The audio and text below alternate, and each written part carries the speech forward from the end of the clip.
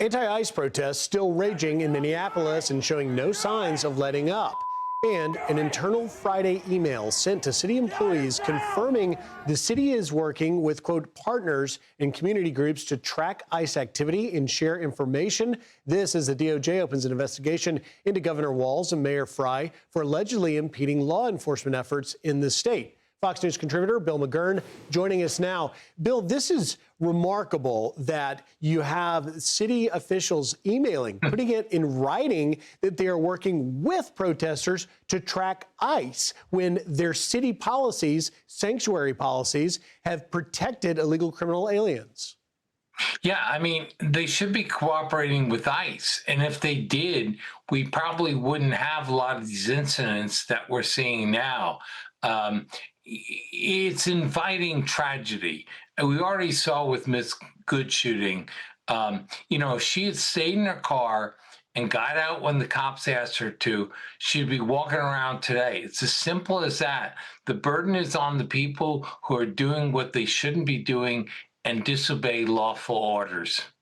You know, Bill, so when I interviewed Mayor Frey, he argued with me a little bit about the status of Minneapolis being a sanctuary city. They make it fancy and call it a separation ordinance. It's not a sanctuary, but yet you look at the policies and they specifically do not cooperate with ICE. The city council just weeks ago actually went a step further and passed a little policy to say that the ICE vehicles were forbidden to park on government parking lots. They're leaning into this. And so I just, Rachel and I were talking a little earlier, it doesn't seem like this is a winning play to go anti-ICE, which takes us back to how we got here, which all begins with the reckless open border policies of the previous administration.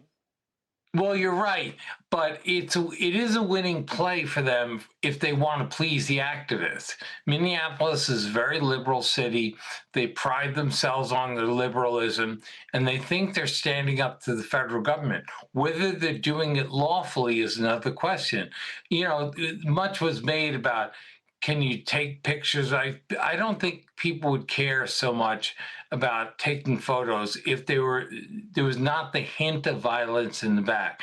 Look, the woman who got killed was a menace. She's driving a car. Clearly, the officer thought his life was in danger, and we're going to see a lot more tragedies like that. You can't play around when there are people with guns around.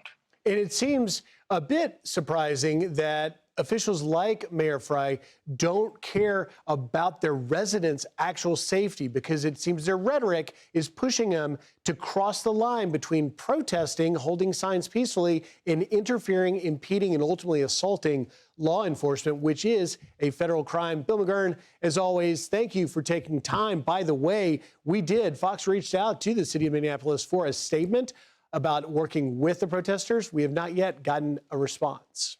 Thanks, Bill. I'm Steve Doocy. I'm Brian Kilmeade. And I'm Ainsley Earhart. And click here to subscribe to the Fox News YouTube page to catch our hottest interviews and most compelling analysis.